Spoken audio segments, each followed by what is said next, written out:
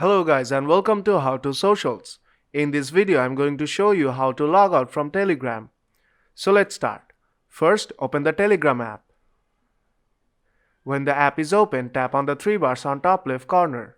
Then tap on Settings. If you scroll down to the bottom, you will not see any options of logging out. Now tap on the three dots on top right corner. And then tap on Logout.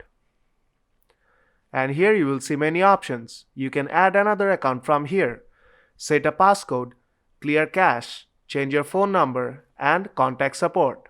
And at the bottom you will see the logout option. But before logging out, you have to set a passcode. Now tap on set a passcode and enable passcode lock. Now enter a passcode.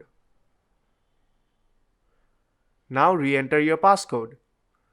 And your passcode is now set. Now go back and then tap on Logout. And then tap Logout again. And that's how you can log out from Telegram.